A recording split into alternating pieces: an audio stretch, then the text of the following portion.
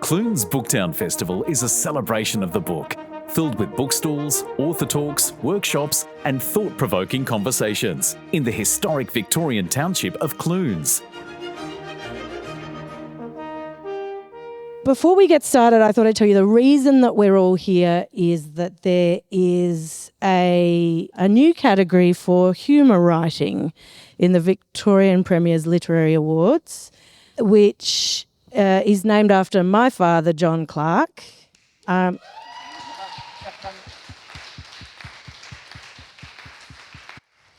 Typical dad gets all the applause. And there is actually a really funny story about how this award came about. It has characters, it has drama, it has comedy, but I won't tell you that now. What I will say, though, is that I do hope, and one of the reasons behind this prize is that actually it requires an enormous amount of skill to write funny stuff. And people are very particular about their funny stuff. So I've never read a book and gone, I didn't cry once and I'm furious with this book. But people do it with comedy all the time. It's such a personal thing. And these three authors have written three very different books, three very different sort of kinds of comedy. And that's sort of what this prize is meant to celebrate as well.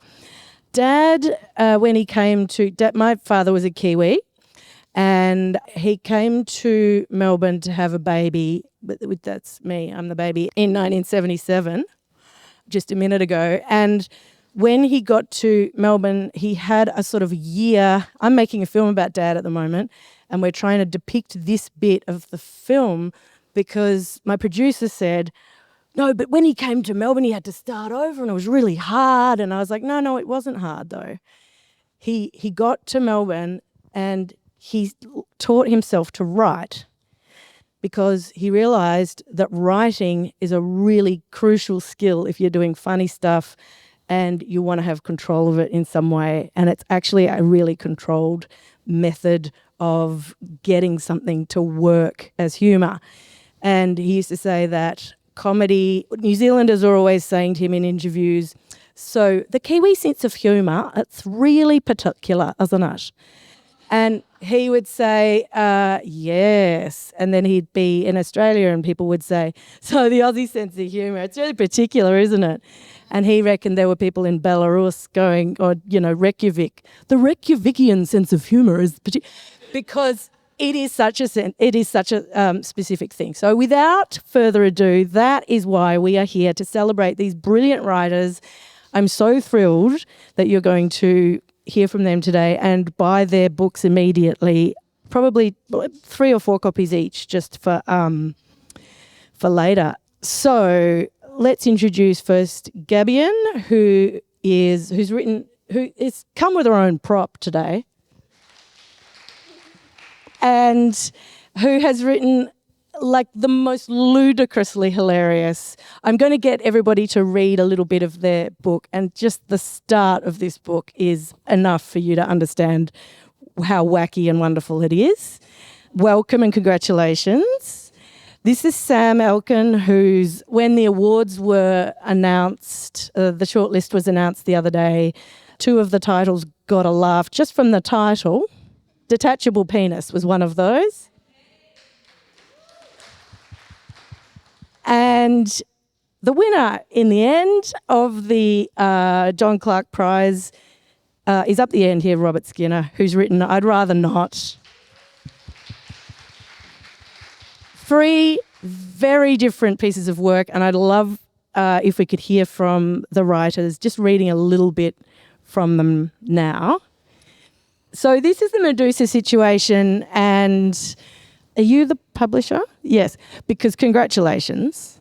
How would you pitch this book? You'd say all of the gods, or are they demigods? Gods. All of the gods have retired. Some of them are living in Marrickville. Is that right? Marrickville's in Sydney. Yeah. And where? And look, one of them's worried she's a bad feminist, and the blokes are misbehaving, and as they do. And let's hear a little bit from the start. It is from the start you're going? Sort of, so pretty close. I thought I'd read the whole book, if that's okay. So great. Yeah. So No, I'll just set up a little bit. So it starts in Marrickville, which is a sort of a down-at-heel suburb of Sydney. It has a very strong Greek diaspora who live there and have since the 1960s. So, of course, that's where the Greek gods would go. And they've retired. And we start with Hera and Zeus, who are living in retirement, not very happily. And there is a knock at the door, which Hera's not terribly happy about because she doesn't like to be bothered. So that's a setup for the story. I said, "Go away," she said angrily, before she even registered the women standing on the doorstep. Only they weren't women, they were Gorgons. 2 of them, in fact, topping 7 feet tall, dressed in long green gowns, their serpent hair hidden under large floppy hats and dangerous eyes masked behind aviator shades. The sisters looked less like monsters and more like eccentric bag ladies. The older and shorter of the 2, Steno, didn't waste any time pushing her way inside as soon as Hera opened the door, followed immediately by the youngest of the 3 sisters, Euryale. Medusa, the most famous of the Gorgons, did not seem to be with them. Hera made a concerted effort to calm her anger. She wasn't exactly afraid of the Gorgons, but all the same, she didn't really have any desire to start a fight with them. Mystic or mortal, she would happily turn into toads. But monsters had at least some of her grudging respect.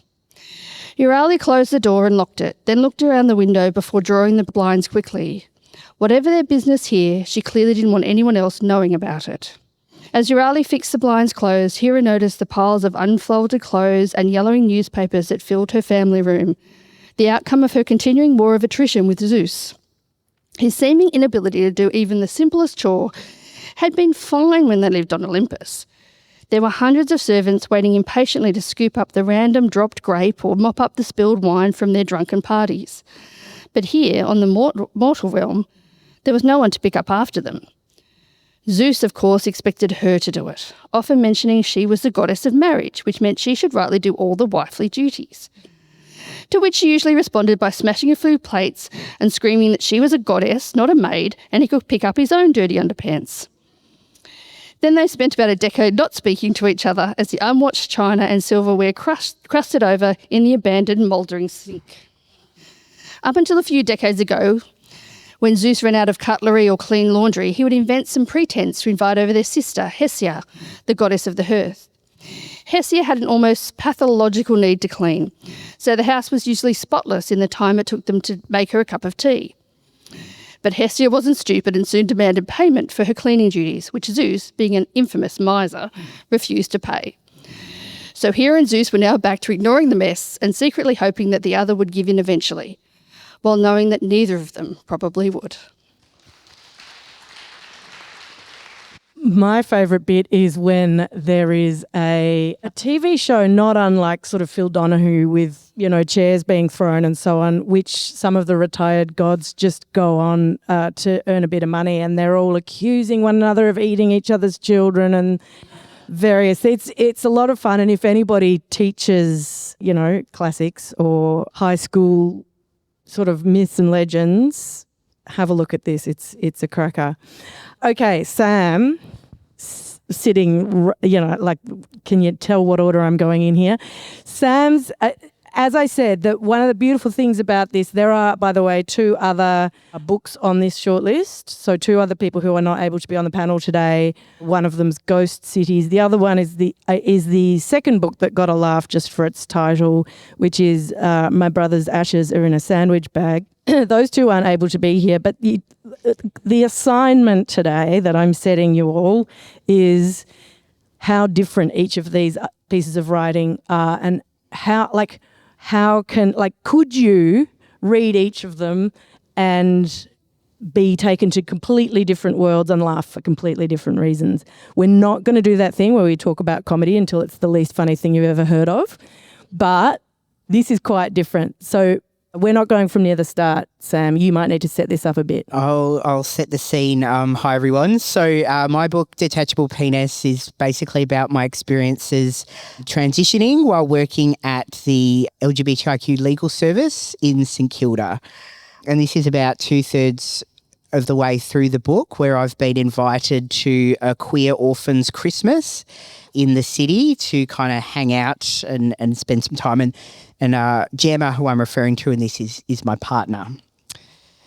I received an email invite that said, "This time of year can be hard on many in the LGBTIQA plus community. We're inviting queer folk and allies to a morning of great food, a maker's market and entertainment." I thought it might be good for me to be around other queers who struggled with complicated family situations, so I asked Gemma if we could drop in there before heading up to Leongatha. Flagstaff Gardens was right in the middle of the legal precinct, and thus not a place I associated with relaxing good times. I tried to keep an open mind. When Gemma and I arrived, there were about 30 people sitting on colourful beanbags in front of a giant inflatable rainbow, which people were taking selfies in front of. A buxom drag queen called Frock Hudson was on stage dressed as a sexy Santa, lip-syncing to Mariah Carey's "All I Want for Christmas Is You." We went to get some food where Holly and her colleagues were serving up egg and bacon rolls with chutney. We walked around looking at embroidered patches, friendship bracelets and resin pendants before spotting a boutique soap stand. The sign hanging off the table said, "Handsome Henry's." I skipped up to Henry's stand where he and his partner were selling fragrant soap in all colours of the rainbow, decorated with imitation fruits, bow ties and candies. "Henry, how are you?" I asked before giving him a pat on the shoulder. "How are you?" "Oh, same as usual. So feeling pretty stressed out at the legal service. I'm glad to see that your soap-making business is going well," I said. Gemma and I brought some cherry-ripe themed soaps to give to her family, and we headed over to find some spare beanbags to watch the show. We were offered a Christmas cracker by a volunteer. We tugged on it and I won a prize, which was a crispy red paper crown and a fake nose, which I put on in an attempt to be jolly. Moments later, a familiar face walked past me. It was Mona, the trans woman who'd got upset with me a few weeks ago for not helping her to get to the top of the list at the gender clinic waiting list. Either she didn't recognise me or she didn't want to talk. I suddenly wondered how many more of my clients were here. I kept my fake nose on. And I'll leave it at that.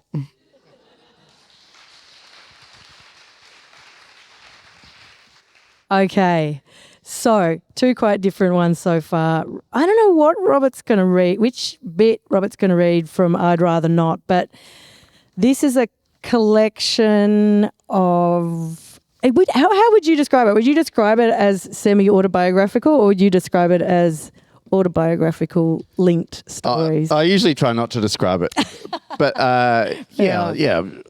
Fair enough too. So, but are we in a desert or are we in a different state or are we in sleeping next to an oval in a van in this scene? well, this will be, I'll read a little bit from the story about our attempts at running a short story magazine. Things sort of got out of hand. I ended up sleeping in my swag in a dog park, trying to keep the thing running. And this chapter is called How to Make It in Business. For 4 years, we ran what was Australia's greatest and admittedly only short story magazine. We washed dishes to pay writers and plundered stationery from universities where our siblings had access to office supplies. Everyone knows that magazines don't make money in the beginning, but we were surprised to find it didn't make money in the middle or the end either. When sales of the first issue started coming in, Andy mentioned that he might like to spend his share of the proceeds on a snorkeling holiday to the Great Barrier Reef. I was all for it until someone asked, "Don't we need the money from the first issue to pay for the second one?" "Oh, God," I said, "it's a Ponzi scheme." In the beginning, we couldn't afford an office, so we rented the corridor leading to someone else's. Most of it was taken up by a large and movable workbench that was impossible to sit at. It's more of a standing desk, said the guy renting it to us. Harriet joined the magazine when it was still in its corridor phase. Andy and I had tried to solve the problem of the immovable workbench by arranging our furniture on top of it. "I like it," she said, 2 stories. Other people joined the magazine and brought with them talent, energy and ideas. It was our copy editor Kate's idea to check the magazine for mistakes before sending it to the printer. "Gee, mate, we could try this every time," I said. For a while, I experimented with interns. After our first issue, Andy returned to America and everyone else went away on holiday. The office was getting lonely. I began hiring as interns anyone who expressed an interest in the magazine and several who didn't. Soon we had 6 interns and only 5 chairs, and it was a constant battle to keep people busy enough that they wouldn't notice. In something of a role reversal, I couldn't stop offering to make everyone coffee, so I was alone anyway, but in the kitchen, and it was only once everyone had gone home that I was able to get any work done. When Harriet came back, she took a look around and said, maybe we should be hiring interns on more of a one-at-a-time basis from now on. One of our finest inventions was a fake accountant called Linda McMacherson. Bookstores were often tardy with their payments, but we wanted to remain on friendly terms. If a bookstore was late with a payment, it was Linda who sent them a series of stern and increasingly disturbing emails. We tried to create an aura of fear around her. We spread rumours that she was an Olympic silver medalist in the javelin, and that she was still angry about coming second, and that she still had her javelin. Nevertheless, our greatest financial achievement in the first year was being paid $30 by our landlord for catching the office mouse. Then it gets worse. It gets worse from there. Yeah.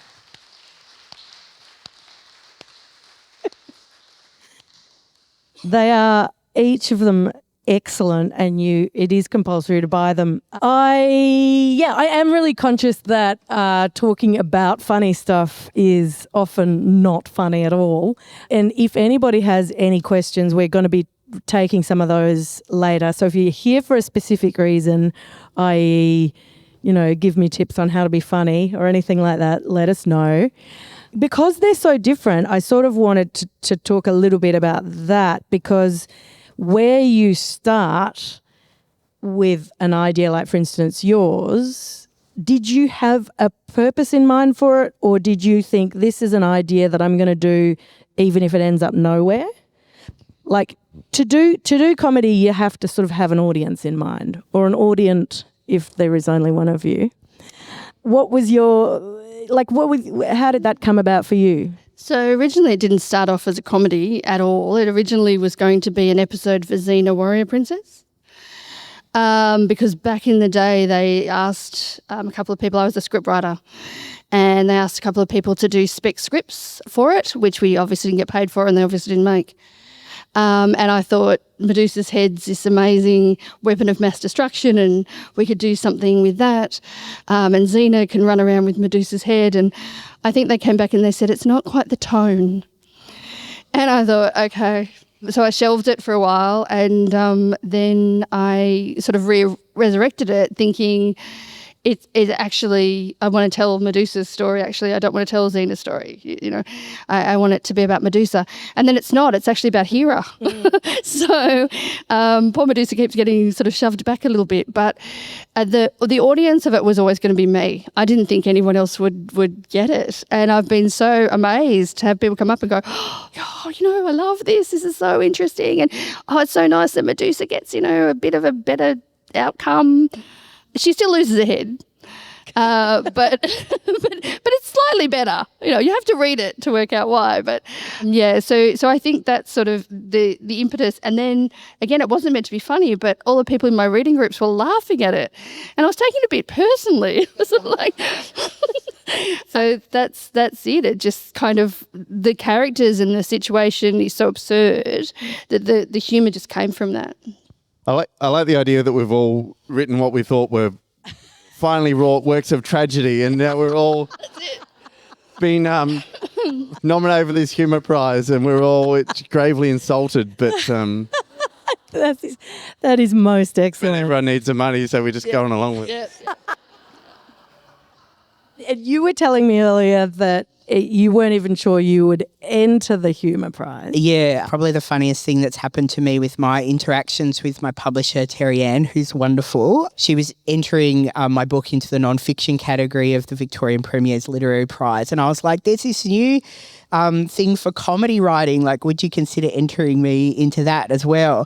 And Terry Ann was like, Sam, I just think you and I might have a different definition of what constitutes humour. And I was just like, that is a sick burn, Terry Ann. Like, that is so good. But yeah, she grudgingly coughed up the extra 4 copies of the book to go into the this inaugural category. And yeah, was very pleased when it got shortlisted. So yeah, it's a sucked in Terry Ann situation. That's it. And were yours short stories, or were did they come together as one piece? Oh, some of them started. They sort of put me in the non-fact checked section of the monthly. So it's Yeah. sort of there's the politics and the culture, and then they're like, oh, well, I guess we should break it up a bit. Yeah, right. But I was sort of approached early on, and then by Chris, and then we sort of wanted them all to fit together. And Because that's one of the things that we were talking about when we were putting the idea of the prize together, was that there are things like these collections that kind of the literary prizes tend to go to important, kind of future changing. Not that these books aren't that sort of works, and that actually the sort of the littler stuff maybe, or the sort of like the range of things that were on the shortlist, but I mean entered. You should have seen it was a wild category to judge, because but the interesting thing was that when we got together, we thought we were going to have a big long 3-day long fight about various favorites, and we did actually sort out a shortlist really quite quickly, because I suppose you can see what's funny, even if you think I don't find dark humour funny, and you can see why that dark humour is, like what it is that's making you laugh about it. You'd read funny stuff? Do you read funny stuff? Yeah. Because Dad used to have a thing in the comedy festival that was cancelled, in his words, because it was free and it wasn't making any bastards any money. But it was called Humorists Read Humorists, and it was where funny people got up and read their favourite funny piece of writing. And it was amazing, the little things that, like, you'd see your favourite comedian reading something that you'd never heard of, and it was always like it made you like your person more, and it made you want to read the book they were reading.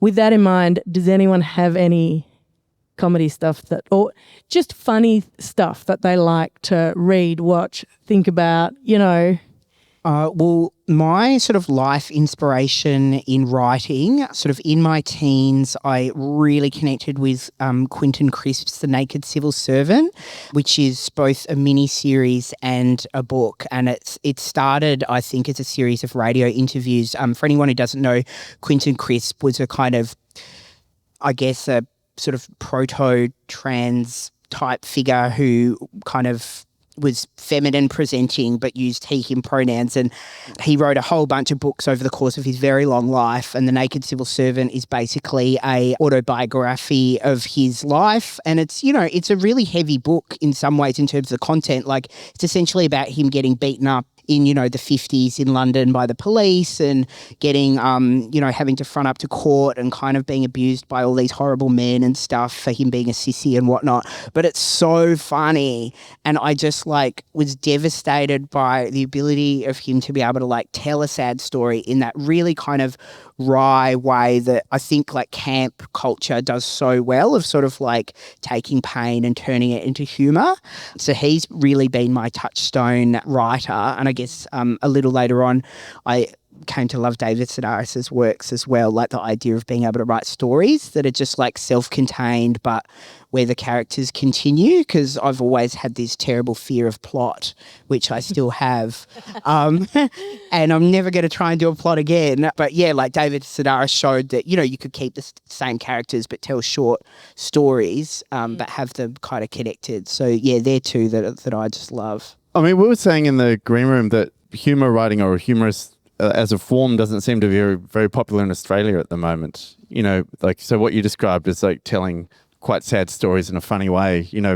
Nowadays we seem to, prefer sort of, fairly mild suburban childhoods told as devastating tragedies. Alcoholic men in the western suburbs is very big in Sydney.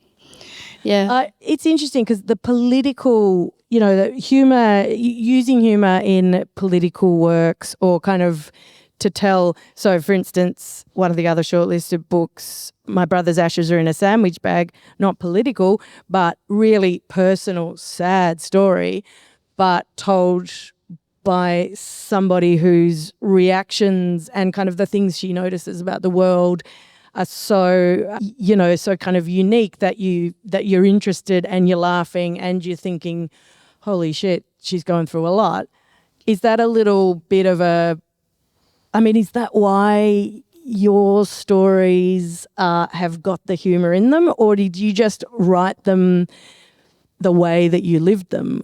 Because the reason I ask this is that reading it, I've slightly crossed over into the world of public legal sector stuff, and just the identity stuff where you turn up at an event and you're supposed to be presenting on the legal question of X, and then you look down and there is a row of people you know in the front row, and just all that stuff is so excruciating and yet hilarious.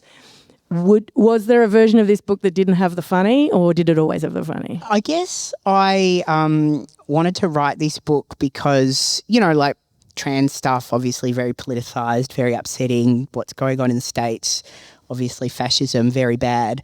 But what I found really annoying... I'd like everyone to write that down, please.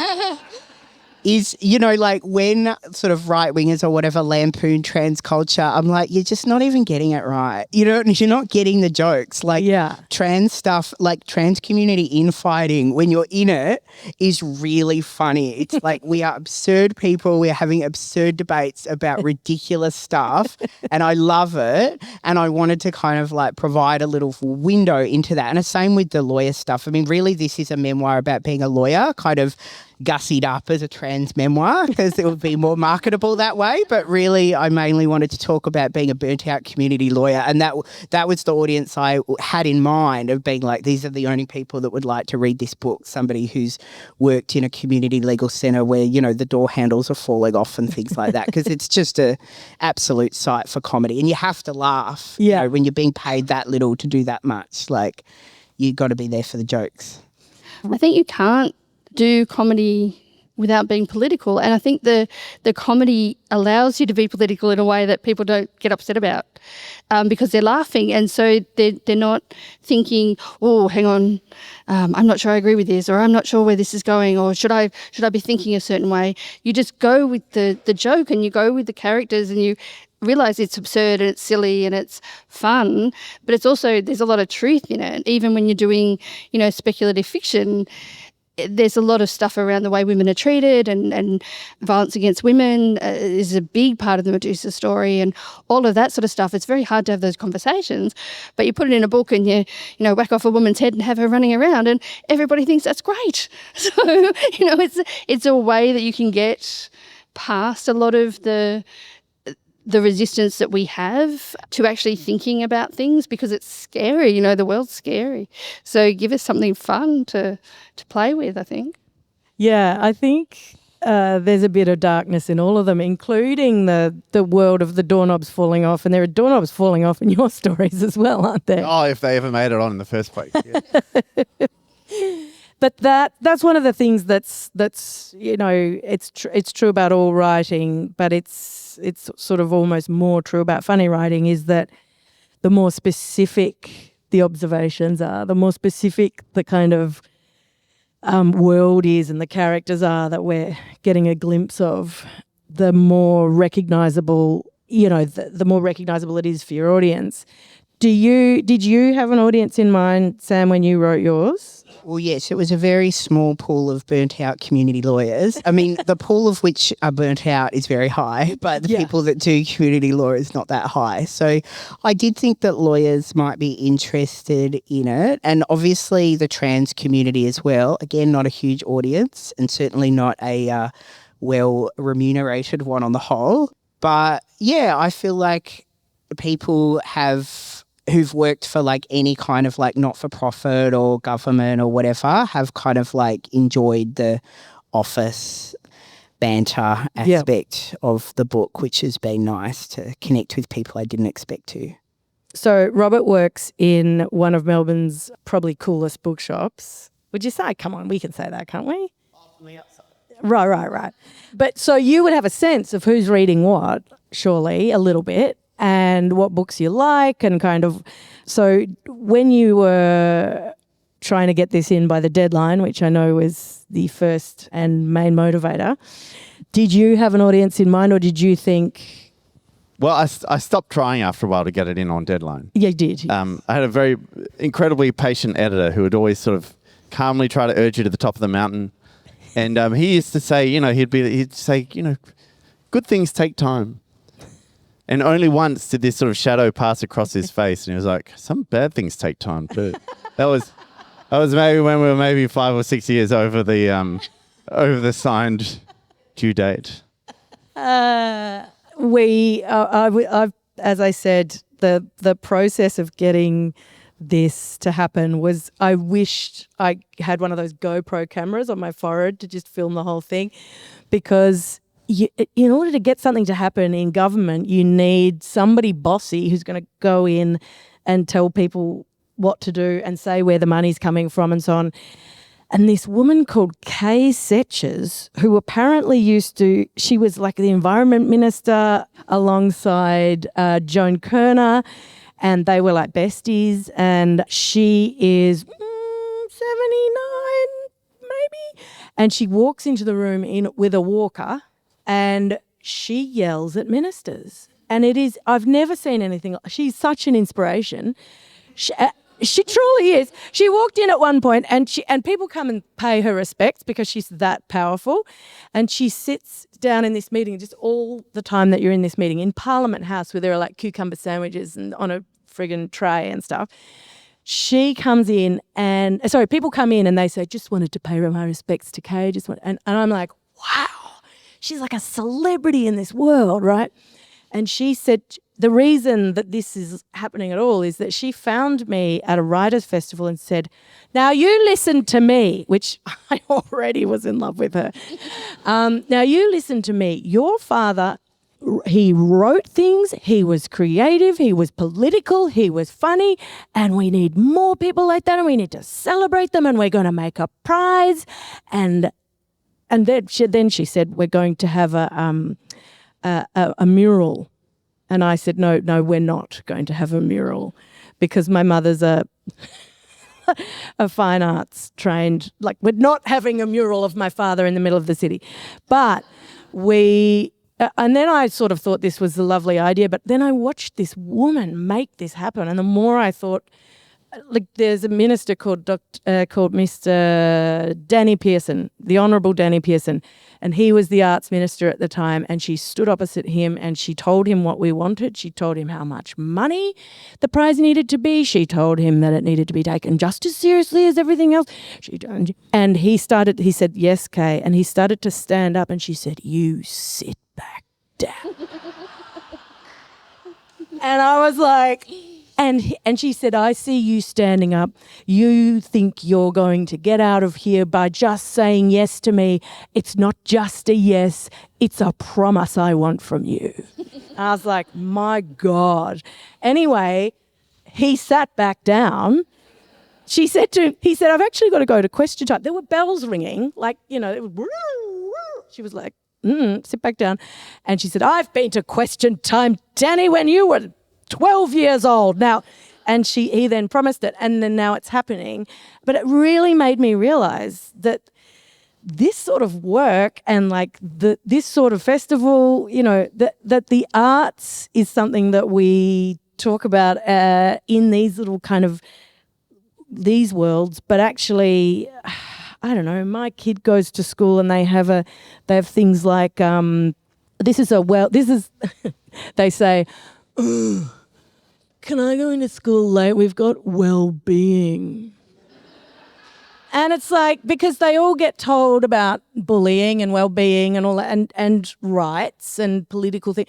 But actually, they need to be taught humanities. They need to be taught the arts, and they need to be asked questions like what is... Because I just find it fascinating that these three really specific examples that we have before us have all happened kind of despite a kind of environment that you could maybe think is a little bit, I don't know, Apathetic.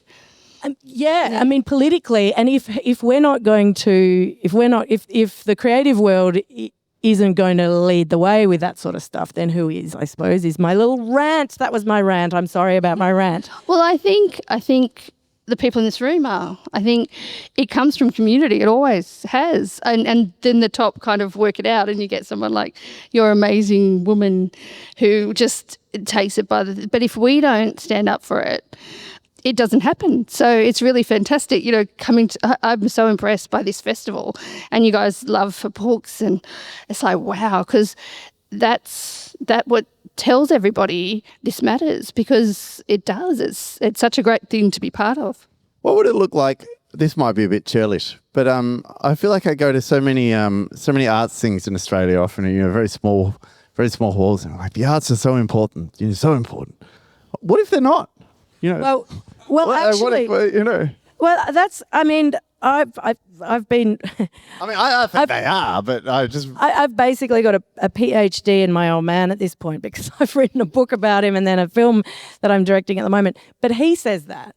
He says, people ask him all the time in his later on his career, what's the role of satire? And he's like, that's the audience's job, is to figure out what that is, right? Like, maybe if you point at something like Donald Trump, you're not actually tearing it down, you're building it up. Like, so maybe, but the idea of kind of inviting an audience to have like half of that thought with you is going to be a little bit close to something democratic, right? Yeah. Right, Robbie? Well, I just mean, if you sort of push the weight on it of like, oh, it's very important, then what if we assumed that it wasn't important and we just tried to show each other and we just tried to have fun? Yeah, that's totally a good time's important. But also, I do think... I know, but don't ruin the good time by... No, but that is true. I think that's right. Like, I must say, I do have two bits of, on Netflix or whatever, you've got your cues of things you've got. I've got like a homework cue. It's like, I really need to watch that. That's important. And then I've got the cue that I would never show anybody. And they're just like, at times like this, those are the ones you want to watch, right? Like, so it's... But that's, I don't know, I feel like things don't need to be political.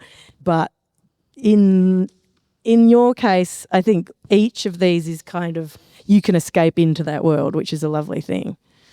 Now, we're going to probably get some questions asked, if anybody has any. This was definitely the hardest thing with putting out this book, because all of the client stories are fictionalized. So it was actually like a real borderline whether to call it fiction or non-fiction, because it's kind of auto-fiction really. But the portrayal of like, there's another trans person who I'm working on to put on an event in this book, and they were like hilariously dysfunctional in, the way that all of us are. And I didn't want to make it a mean portrayal because I didn't want to punch down, right? And I feel like that portrayal more than any came as close as any to punching down, and I felt really bad about it. But I really wanted to talk about the question of like the way that we hurt each other in community. Like, we're all meant to be on the same side, but often it's the people who are closest to us that cause us the most psychological harm. And I came to the conclusion that like, I felt that point was worth making so much that it was kind of worth potentially offending this person over. I tried to fictionalize it as much as possible. Like, I changed their appearance and, where they volunteered and stuff. So I did my best, but I doubt that person wants to have anything to do with me now. And like, I've just had to make a decision that I'm prepared to own that. I think that almost everything could be punching down. If you're the one, right, like a god with it, and they're just a name on a page. My answer is to give them all the best lines, so they don't. One time, my dad was reading a story. He was like, "So, did I say that, Bob?" And I was like, "Well, I mean, you would have if you'd been a bit quicker on your feet." I was like, we'll be all driving home with like, "Oh, I know what I should have said to Lorin." Yeah, I mean, here is not based on anyone I know, and my lovely partner doesn't appear in it at all. You'd never find him. So, yeah, no, there's no one in there, none. Any defamation suits, no. I've found that I've written some theatre shows before, and the people who and when I did an audio fiction thing called the Fitzroy Diaries, and I've had three people from the theatre things and the Fitzroy Diaries. 3 people have come to me and said, "I know that was based on me. Don't worry, I know," and none of them is based on them. Were they It really says something about the people, doesn't it?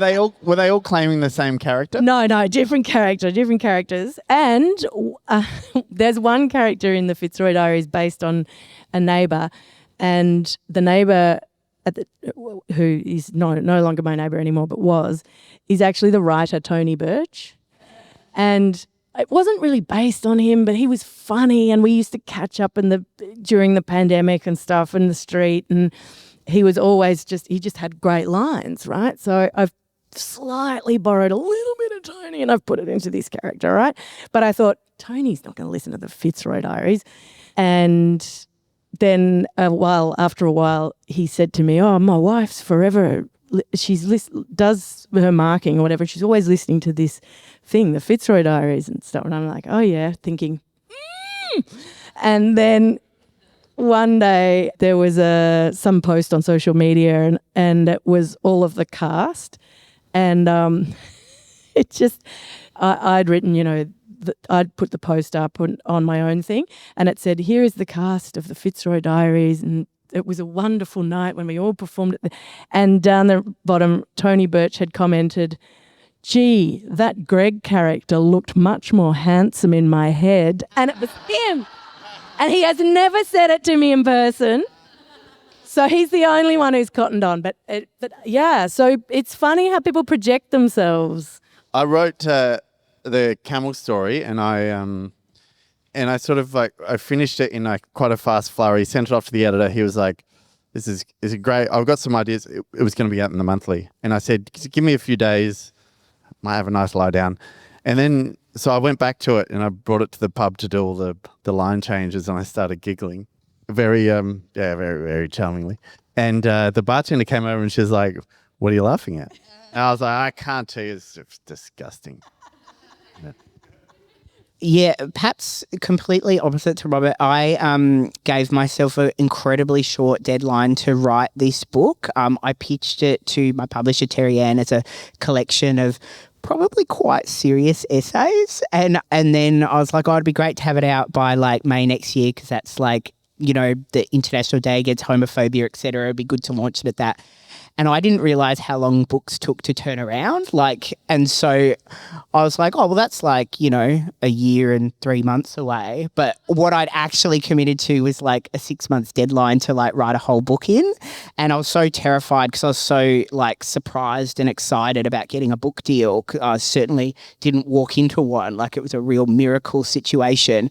I was in absolute fear and panic when writing this book, because I just had to fucking get it done. And I was like, "Can't blow this shot. She's not going to wait. I've got to get it done." So I just wrote this book as quickly as possible.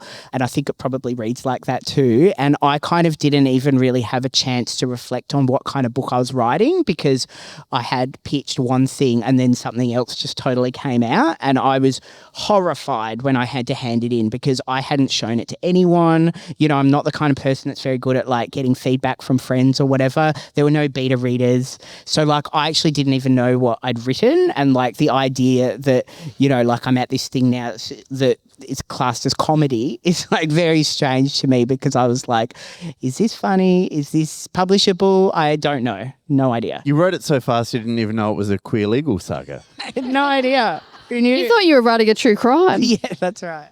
Mine was different. I didn't laugh at any of it. And in fact, I was horrified 90% of the time I was writing it, going, "No one's going to get this." But then I'd have people read me bits from it because I was doing it as part of my PhD. So I had a supervisor and she'd ring me up and she'd read me bits of it over the phone. She'd be cackling and I'd start laughing going, did I write that bit? And she'd, yes, that's a bit you wrote. And I was like, oh, this is funny. But reading it off the page, because it was so much about constructing it, and it's not constructed as a joke. There's no punchlines in anything. It just sort of it weaves in and out quite a lot. So you have to look at it in entirety more than just pick up a joke. And it's not Ben Elton. I want it to be Ben Elton, but it's not quite Ben Elton.